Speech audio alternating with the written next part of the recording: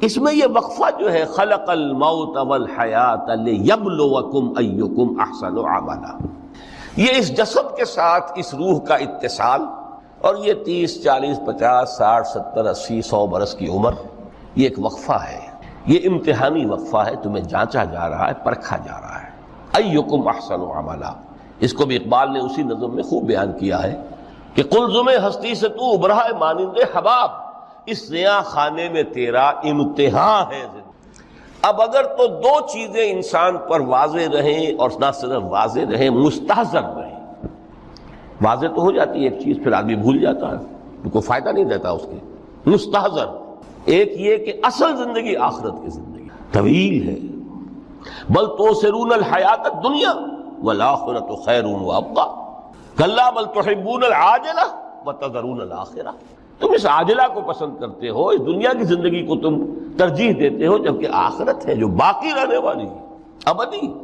اگر تو یہ معلوم ہو، جیسا کہ سورہ عنکبوت کی آیت کے حوالے سے میں نے آپ کو آیت سنائی کہ وما هذه الحیات الدنیا الا لہو ولعب وان الدار الاخرۃ لہی الحیوان لو کانوا یعلمون، اصل زندگی جو ہے وہ آخرت کی زندگی ہے، کاش کہ انہیں معلوم ہوتا۔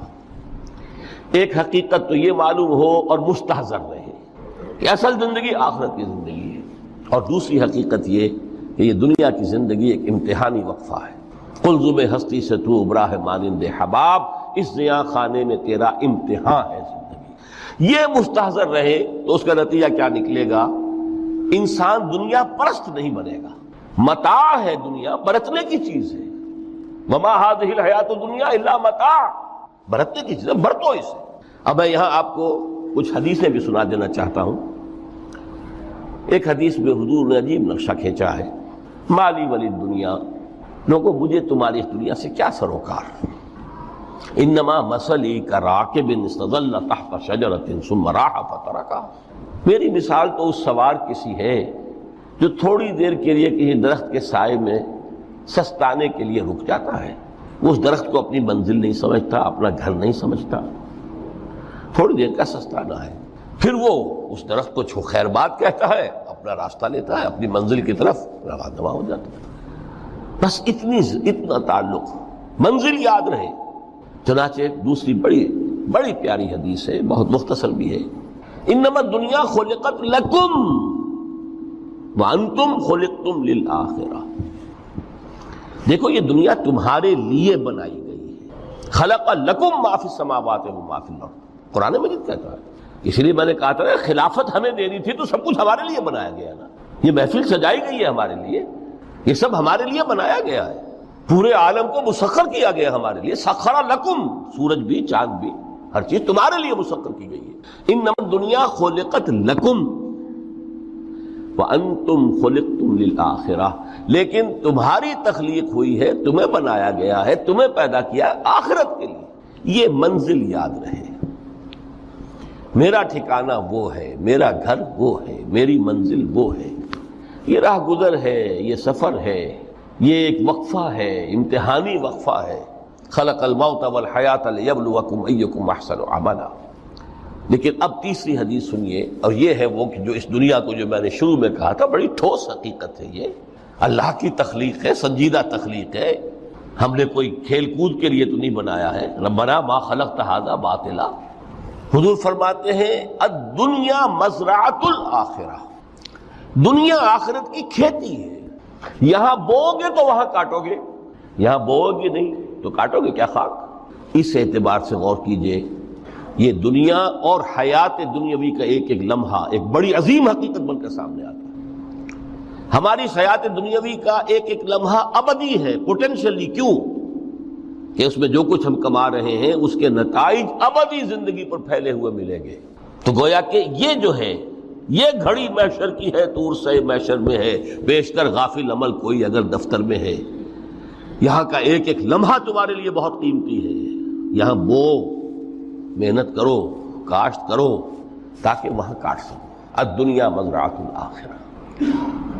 اب دیکھیے یہ جو انداز ہے قرآن کا، وَمَا الْحَيَاةُ الدُّنْيَا إِلَّا مَتَاعُ الْغُرُورِ، جو ہماری گفتگو کا عنوان ہے، اس کے دو نتیجے نکلتے ہیں عملاً۔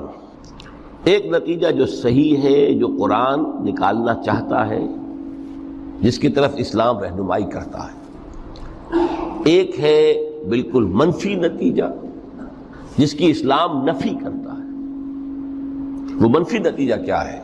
دنیا دھوکے کی ٹٹی ہے، چھوڑو گھر گھرستی کو، دفع کرو، رب سے لو لگانی ہے۔ یہ شادی کر کے اور گھر گھرستی کا کھکیڑ بول لینا، کہاں ایک پیٹ کا پالنا، کہاں 10 پیٹ لگ جائے پیچھے، اسی میں آدمی جو ہے گم ہو کر رہ جاتا ہے۔ لہذا گھر گھرستی کو چھوڑو، تجدد کی زندگی گزارو۔ پھر یہ تمدن ہر جگہ شر ہے، برائی ہے، دھوکہ ہے، فریب ہے، جھوٹ ہے، دفع ہو جاؤ، جاؤ کہیں پہاڑوں کی چوٹیوں پر، کہیں غاروں میں، گپھاؤں میں، کہیں جنگلوں میں دھونی روا۔ یہ ہے اس کا ایک منطقی نتیجہ جو نکلا ہے دنیا میں، اور تقریباً تمام مذاہب عالم میں نکلا ہے۔ رحمانیت جس کی جس شد و بد کے ساتھ نفی کی ہے محمد رسول اللہ صلی اللہ علیہ وسلم، لا رحمانیت فی الاسلام، اسلام میں کوئی رحمانیت نہیں، نفی ہے، مکمل نفی، لا رحمانیت فی۔ فرمایا کہ النکاح من سنتی، یہ میری سنت ہے، میرا طریقہ ہے، گھر گھرستی کی زندگی اختیار کرنا یہ میری سنت ہے۔ 3 صحابہ پر کچھ اسی طرح کا غلبہ ہو گیا تھا۔ صحابہ میں ہر طرح کے لوگ تھے، ان میں وہ لوگ بھی تھے کہ جو بڑے ریشنلسٹ تھے، عقل کے حوالے سے بات سمجھنے والے۔ حضرت عمر کو ہم کہہ سکتے ہیں کہ سر خیل تھے ان کے، رضی اللہ تعالیٰ۔ کچھ درویش منش لوگ بھی تھے، کچھ پر یہ تقویٰ کا اور درویشی کا بہت زیادہ غلبہ ہو گیا تھا، مغلوب الحال ہم انہیں کہہ سکتے ہیں۔ حضرت عبداللہ ابن عمرو بن العاص رضی اللہ تعالیٰ عنہما، ایک عجیب سائملٹینیس کنٹراسٹ ہے باپ اور بیٹے میں۔ عمرو بن العاص بہت بڑے سیاستدان، مدبر، عرب نے چوٹی کے جو 3 سیاستدان پیدا کیے ان میں سے ایک عمرو بن العاص ہے، واریر، کانکرر، سیاستدان۔ لیکن عبداللہ ابن عمرو بن العاص بالکل درویش، روزانہ روزہ ساری رات کھڑے ہیں، نہ بیوی سے کوئی سروکار، نہ کسی سے کوئی سروکار۔ حضور کو اطلاع ملی، بلا لیا، جواب طلبی ہو گئی، یا عبداللہ اولم اخبر انک تصوم الدہر وتقوم اللیل، اے عبداللہ مجھے یہ خبر دی گئی ہے تم ساری رات کھڑے رہتے ہو، روزانہ روزہ رکھتے ہو، کیا کہتے ہیں؟ جی حضور ایسا تو ہے۔ لا تفعل، مت کرو ہرگز۔ فإن لنفسك عليك حقا وإن لزوجك عليك حقا وإن لزورك عليك حقا، دیکھو تم پر تمہارے اس جسم کا اور نفس کا بھی حق ہے، اسے آرام بھی دو، اس کی ضروریات بھی پوری کرو، اس کی دیکھ بھال بھی کرو، یہ بھی تمہارے پاس امانت ہے اللہ کی۔ پھر تم پر تمہاری بیوی کا حق ہے۔ کسی صحابی نے دیکھا تھا حضرت عبداللہ ابن عمرو بن العاص کی بیوی کو کہ وہ بالکل جیسے کہ میلی کچیلی حالت میں تھی، پوچھا ہی کیا حال بنا رکھا؟ ان کا کہ آپ کے دوست کو تو کوئی غرض ہے ہی نہیں سرے سے، ظاہر بات ہے کہ مسلمان بیوی اور کس کے لیے وہ سنگھار کرے گی جب شوہر ہی کو کوئی دلچسپی نہ ہو، اس سے غرض ہی نہ ہو۔ لا تفعل، رات کو سو بھی، دیکھو مجھے میں رات کو سوتا بھی ہوں، نماز پڑھتا بھی ہوں، میں روزے رکھتا بھی ہوں، ناغے بھی کرتا ہوں، دیکھو زیادہ سے زیادہ ہفتے میں 2 دن روزے رکھ لیا کرو، حضور مجھے اور تھوڑی سی اجازت، اچھا 1 دن ناغا 1 دن روزہ، صوم داؤد، اس سے آگے کی اجازت نہیں۔ اسی طرح 3 حضرات سراسراہت آتا ہے حدیث میں، بخاری شریف کی روایت ہے، ان پر بھی کوئی ایسا ہی غلبہ ہوا رہبانیت کا اور ترک دنیا کا۔ انہوں نے آ کے ازواج مطہرات سے معلوم کیا آپ کتنی رات نماز پڑھتے ہیں، کتنا دو سوتے ہیں، مہینے میں کتنے آپ روزے رکھتے ہیں نفلی۔ انہوں نے کوئی وہاں تو کھلی کتاب تھی سیرت محمد صلی اللہ علیہ وسلم، جو کچھ تھی حقیقت بیان کر۔ اب دیکھیے ایک عجیب ذہنیت، انہوں نے دیکھا کہ یہ تو کم ہے، ان کے اندازے کے اعتبار سے تو بہت کم ہے، لیکن یہ کہ اپنے آپ کو ذرا تسلی، حضور کی تو کوئی ضرورت نہیں ہے، آپ تو معصوم ہیں، آپ کا سے کوئی گناہ نہیں ہوا، کوئی خطا نہیں ہوئی، آپ کے لیے تو یہ اتنی عبادت ہمارے لیے تو کافی نہیں ہے، ہم تو گناہ گار ہیں۔ ایک نے عہد کیا کہ میں کبھی نہیں سوؤں گا، رات بھر کھڑا رہوں گا۔ دوسرے نے کہا کبھی ناغا نہیں کروں گا، ہر روز روزہ رکھوں گا۔ تیسرے نے کہا میں شادی بیاہ کے کھکیڑ میں پڑوں گا نہیں۔ حضور کو اطلاع مل گئی، طلب فرمایا، ڈانٹا آپ نے، آپ لوگوں نے یہ کہا ہے؟ جی ہاں ہم نے کہا تو ہے۔ واللہ خدا کی قسم میں تم میں سب سے بڑھ کر متقی ہوں، لیکن میں رات کو سوتا بھی ہوں اور نماز بھی پڑھتا ہوں، روزے رکھتا بھی ہوں، نافلے بھی کرتا ہوں، میری گھر گرستی کی زندگی ہے، میری بیویاں ہیں۔ من رغب عن سنتی فلیس منی، یہ ٹکڑا جو جوڑ دیا جاتا ہے نکاح کے خطبے میں اس حدیث کے ٹکڑے کے ساتھ، یہ دو علیحد حدیث ہے بالکل، النکاح من سنتی، اور یہ ٹکڑا اس طویل حدیث کا ہے، من رغب عن سنتی فلیس منی، جو میری سنت کو پسند نہیں کرتا پھر اس کا مجھ سے کوئی تعلق نہیں۔ یہ تو میں نے احادیث کے حوالے سے آپ کو وہ جو منفی طرز عمل، گریز، دنیا سے تعلق منقطع کرنا، پسپائی، گریز، فرار، اور اس کا نتیجہ کیا نکلتا ہے کہ دنیا پھر شریروں کے لیے رہ گئی، کھیلیں کودیں عیش کریں۔ جو سلیم الفطرت نیک لوگ تھے وہ تو گئے، لہذا ان کو اب کوئی روک ٹوک کرنے والا ہی نہیں، کوئی پوچھنے تاشنے والا نہیں، ظالم جو چاہے ظلم کریں اور جس طرح چاہیں شریر جو ہے شرارتیں کریں۔ قرآن مجید میں سورہ حدید اس اعتبار سے نہایت عظیم صورت ہے، نہایت عظیم صورت ہے کہ وہاں یہ آیت بھی بہت ہی شاندار انداز میں آئی ہے، متاع الغرور والی، خاصی طویل آیت بن کر آئی ہے، اور جیسا کہ میں نے عرض کیا 4 جگہ تو حیات دنیاوی کو کہا گیا ہے صرف لہو و لعب یا لعب و لہو، لیکن یہاں جو ہے آیت نمبر 20، اعلموا انما الحیات الدنیا لعب و لہو و زینۃ و تفاخر بینکم و تکاثر فی الاموال والاولاد۔ 5 الفاظ کے حوالے سے اس حیات دنیاوی کے کچھ حقائق بیان کیے گئے، عام طور پر سرسری طور پر لوگ گزر گئے ہیں، محاورتاً جب بھی آتا ہے معاملہ لہو لعب، لعب و لہو، وہ تو 4 جگہ ہے، یہاں 3 الفاظ مزید آئے ہیں، اور ترکیب کیا، پہلے لعب ہے پھر لہو ہے۔ سورہ عنکبوت میں لہو و لعب یہ در حقیقت ایک طرح سے محاورے کی شکل اختیار کر گیا، تماشا اور کھیل، لیکن نہیں، یہاں ترتیب کچھ اور ہے۔ اس پر اگر آپ غور کریں گے تو یہ ایک عجیب سا نقشہ سامنے آتا ہے، حیات دنیاوی کے 5 ادوار، جن میں سے ہر دور میں ایک شے انتہائی اہم ہوتی ہے، توجہ کا مرکز بنی ہوتی ہے۔ ابتدائی دور ہے، بالکل بچہ بھی ہے، کھیل، بس لعب، اس کے سوا اسے کوئی زندگی سے سروکاری نہیں، زندگی کے تلخ حقائق ابھی اسے معلوم نہیں، بھوک لگی تو رو پڑے، ماں نے دودھ پلانا ہے، کھلانا ہے، ان سے تو کچھ نہیں کرنا اس نے، وہ لعب، کھیل۔ لیکن تھوڑا سا آگے چلتے ہیں، 3 ایجر سٹیج میں جب داخل ہوتا ہے آدمی تو اب وہ نرا کھیل، معصومانہ کھیل نہیں رہتا، اس میں تلذذ، سینشول گریٹیفیکیشن کا عنصر شامل ہو جاتا ہے۔ اب اس کا کہا لہو، اعلموا انما الحیات الدنیا لعب و لہو۔ ذرا آگے بڑھیے تو انسان پر سب سے زیادہ دھن سوار ہو جاتی ہے، بناؤ سنگھار، میرا لباس فیشن کے مطابق ہو، کہیں ایسا نہ ہو مذاق اڑے، اپنے لباس کے بارے میں بہت کانشیس ہوگا، اپنے ہیئر کٹ کے بارے میں بہت کانشیس ہوگا، ہر چیز کے بارے میں بہت کانشیس، زینت، بناؤ سنگھار، آرائش، زیبائش۔ اس سے ذرا آگے گئے، تکاثر فی الاموال واللہو، تفاخر بینکم، یہ سمجھیے کہ تقریباً 30 برس کی عمر جب انسان کی ہوتی ہے، اب فخر، تفاخر، یا دولت پر فخر ہوگا، یا نسب پر فخر ہوگا، یا اپنی کسی سیاسی حیثیت پر فخر ہوگا، اپنی چودراہٹ پر فخر ہوگا، تفاخر بینکم، جس میں جان میں چونکہ توانائی ہوتی ہے، قوت ہوتی ہے، لیکن اس کے بعد جب عمر ڈھلی بڑا ریئلسٹک ہو جاتا ہے انسان۔ پھر یہ جو 4تھی سٹیج تھی، اس میں تو یہ کہ مونچھ نیچی نہ ہو، چاہے سب کچھ میں اپنا خرچ کر دوں، داؤ پہ لگا دوں، لیکن مونچھ نیچی نہیں ہوگی۔ آخری سٹیج وہ ہوتی ہے کہ پھر ہوکا لگ جاتا ہے آدمی کو، تکاثر فی الاموال والاولاد، مال اور اولاد کی کثرت کثرت کثرت۔ اب یہ ہوتا ہے کہ مونچھ نیچی کیا، مونڈ بھی دی جائے تو کوئی حرج نہیں، مال آنا چاہیے، ویری ریئلسٹک۔ اور اسی حال میں انسان ہوتا ہے، آخری پارے کی صورت نے پھر اس میں ایڈ کر کے اس کے اوپر مہر لگا دی، الہاکم التکاثر حتی زرتم المقابر۔ یہ تکاثر جو ہے پیچھا نہیں چھوڑتا، اتنی دولت بھی ہے کہ آپ کی 10 نسلیں کھا سکیں اطمینان سے بیٹھ کر، تب بھی صبر نہیں ہوتا۔ بڑے میاں کی ٹانگیں جو ہیں وہ قبر میں لٹکی ہوئی ہیں، لیکن تکاثر جو ہے، تکاثر مال، وہ پیچھا نہیں چھوڑتا۔ حتی زرتم المقابر، یہاں تک کہ قبروں تک جاؤ، قبر میں اتار دیا جائے، جب تک ٹانگیں صرف لٹکی ہوئی ہیں اس وقت تک نہیں۔ اس کے بعد تشبیہ دی ہے کہ یہ حیات دنیاوی کا جو ایک سائیکل ہے، اعلموا انما الحیات الدنیا لعب و لہو و زینۃ و تفاخر بینکم و تکاثر فی الاموال والاولاد۔ اب اس کو کمپیئر کیا ہے پلانٹ کنگڈم میں جو سائیکل چل رہا ہے، یہ ہمارا سائیکل ہے 60-70 برس کا. بچہ پیدا ہوا، خوشیاں منائی گئیں، پھر وہ لڑکپن سے، پھر ٹین ایجر سٹیج سے، پھر جوانی ہے، پھر ادھیڑ عمر ہے، اور پھر بڑھاپا ہے، اور پھر قبر میں اتارا جانا ہے.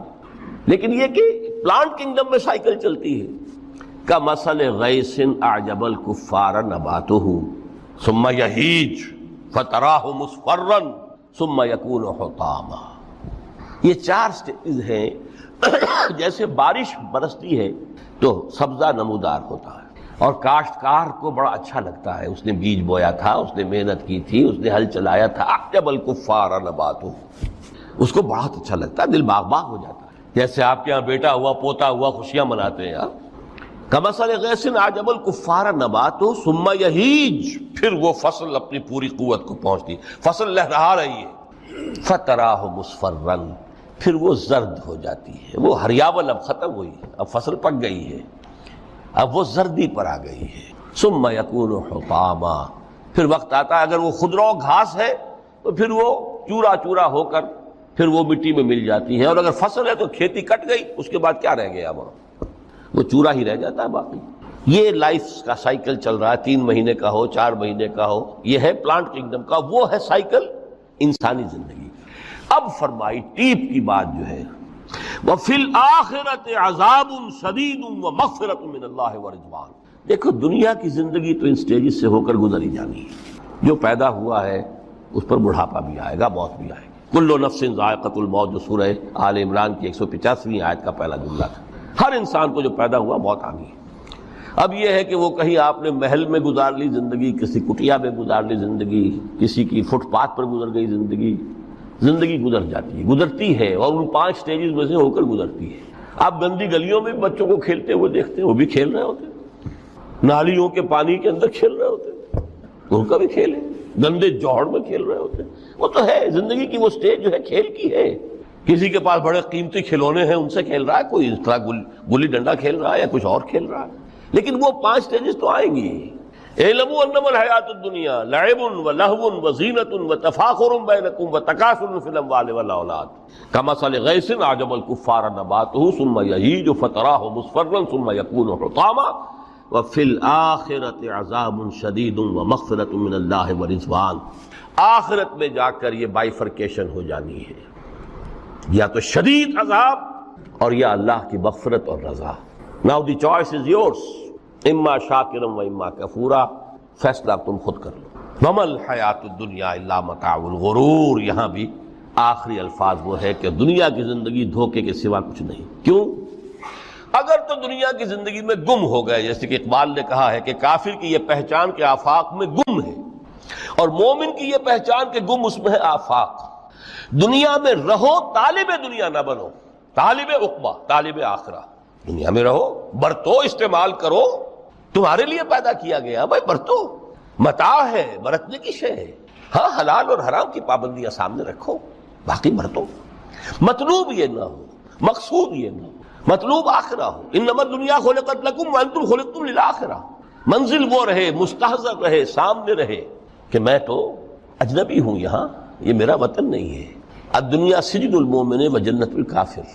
جیسے کسی پرندے کو کسی پنجرے میں بند کر دیا گیا ہو، اس طرح ہمیں اس دنیا میں بھیج دیا گیا. اللہ کی مرضی ہے، اس نے بھیجا ہے. جب تک وہ چاہتا ہم رہیں گے یہاں، لیکن ہمارا دل یہاں نہیں لگے گا. بازار سے گزرا ہوں، خریدار نہیں ہوں، طالب دنیا نہ ہوں، تب تو یہ کوئی دھوکے کا سودا نہیں، وطن نہیں، بالکل نہیں. حضور نے خود فرمایا مجھے تمہاری اس دنیا میں سے فلاں فلاں چیزیں بہت پسند ہیں، اور کس قدر ریئلسٹک ہیں. آپ نے عورتوں کے بارے میں فرمایا مجھے اس دنیا سے پسند ہے عورت. کوئی تصنع اور کوئی بھی تکلف اور کوئی خلاف فطرت بات نہیں کی محمد رسول اللہ صلی اللہ علیہ وسلم. آنکھوں کی ٹھنڈک میری نماز میں ہے، مجھے خوشبو پسند ہے. عورت کی طرف بھی آپ کا رجحان تھا. قرآن مجید میں آتا ہے نا، اے نبی اب کوئی اور نکاح آپ نہیں کریں گے. وَلَوْ أَعْجَبَتْكَ حُسْنُهُنَّ، چاہے ان کا حسن جو ہے وہ آپ کو اچھا لگے، اب اجازت نہیں ہے مزید، بس فل سٹاپ. جتنے نکاح ہو چکے ہو چکے. تو یہ دنیا کو حضور نے صلی اللہ علیہ وسلم دنیا پر سوار رہو، دنیا کو اپنے اوپر سوار نہ ہونے دو. بس بات صرف یہ ہے. کافر کی یہ پہچان کہ آفاق میں گم ہے. اسی لیے سورہ کہف کا ایک مرکزی مضمون ہے، پہلے رکوع میں بات آتی ہے انا جعلنا ما علی الارض زینۃ لہا لنبلوہم ایہم احسن عملا، ہم نے اس دنیا پر جو کچھ ہے، یہ اسکائی اسکریپرز بن گئے ہمارے زمانے میں، اور یہ شاندار بلڈنگز ہیں، اور یہ کچھ ہے، ہم نے زینت اور زیبائش اور آرائش بنا دیا ہے تاکہ آزمائیں، انہی کے حسن کے شکار ہو جاتے ہو اور ان کے پرستار بن کر رہ جاتے ہو۔ رخ روشن کے آگے شمع رکھ کر وہ یہ کہتے ہیں ادھر جاتا ہے دیکھیں یا ادھر پروانہ آتا ہے، پھر بھی اللہ ہی کے عاشق بنے رہو، اللہ ہی سے محبت کرو تو کامیاب ہو گئے، دنیا کو برتو۔ اگر دنیا یہ عروس ہزار داماد جو ہے اگر کہیں یہ محبوبہ بن گئی تو گئے، ختم۔ اچھا دیکھیے اس سورہ حدید میں اب یہ دنیا کی حقیقت کو اس طرح بیان کر کے دو نتیجے جو اس سے نکلتے ہیں ان کو علیحدہ علیحدہ بیان کر دیا۔ ایک نتیجہ جو میں بیان کر چکا، رہبانیت، ترک دنیا، اس کی نفی کرتے ہوئے فرمایا وَلَقَدْ أَرْسَلْنَا نُوحًا وَإِبْرَاهِيمَ وَجَعَلْنَا فِي ذُرِّيَّتِهِمَا النُّبُوَّةَ وَالْكِتَابَ فَمِنْهُمْ مُهْتَدٍ وَكَثِيرٌ مِّنْهُمْ فَاسِقُونَ ثُمَّ قَفَّيْنَا عَلَىٰ آثَارِهِمْ بِرُسُلِنَا وَقَفَّيْنَا بِعِيسَى ابْنِ مَرْيَمَ وَآتَيْنَاهُ الْإِنجِيلَ وَجَعَلْنَا فِي قُلُوبِ الَّذِينَ اتَّبَعُوهُ رَأْفَةً وَرَحْمَةً وَرَهْبَانِيَّةً ابْتَدَعُوهَا مَا كَتَبْنَاهَا عَلَيْهِمْ۔ اصل مضمون یہ تھا جس کے لیے تمہید اتنی لمبی باندھی، ہم نے نوح کو بھیجا، ابراہیم کو بھیجا، ان کی اولاد میں ہی نبوت اور کتاب رکھ دی، پھر ان کے نقش قدم پر ہم نے اٹھایا عیسیٰ ابن مریم کو، انہیں انجیل دی، اور جو لوگ ان پر ایمان لائے ان کے دلوں میں رحمت اور رافت کے جذبات پیدا کر دیے، انسانی ہمدردی۔ حضرت عیسیٰ کا جو اپنا مزاج تھا، ظاہر بات ہے کہ آپ کے حواریین اور آپ پر ایمان لانے والوں میں اسی کا ایک عکس پیدا ہونا تھا، لہذا وہ ایک خاص کیفیت، لیکن فرمایا ایک شے کو انہوں نے بدعت کے طور پر ایجاد کر لیا، وَرَهْبَانِيَّةً ابْتَدَعُوهَا مَا كَتَبْنَاهَا عَلَيْهِمْ، رہبانیت کی انہوں نے بدعت ایجاد کر لی، یہ انہوں نے کی ہے، ہم نے یہ ان پر فرض نہیں کی۔ یہ ہے وہ منفی نتیجہ، گریز، خانقاہوں میں جا کر بیٹھ جاؤ، موناسٹسزم، تجرد کی زندگی گزارو، نتیجہ اس کا کیا نکلتا ہے کہ بظاہر راہب اور راہبائیں رہ رہی ہیں اور رہ رہے ہیں، اور اندر جو حرام کاری کے بازار چل رہے ہیں، اور تہخانوں کے اندر حرامی بچوں کی قبروں کی قبرستان بنے۔ ہسٹری آف کرسچین موناسٹسزم پر کتابیں پڑھ لیجیے، خود انہوں نے اپنے سارے جو ہیں بخیے ادھیڑ کر خود رکھ دیے۔ یہ رہبانیت، یہ اسلام کا راستہ نہیں ہے۔ احادیث کے حوالے سے میں آپ کے سامنے پہلے بیان کر چکا ہوں، میں بعد میں تھوڑا سا عرض کروں گا کہ ہمارے ہاں بھی یہ رسم کیوں آئی اور کیسے آئی۔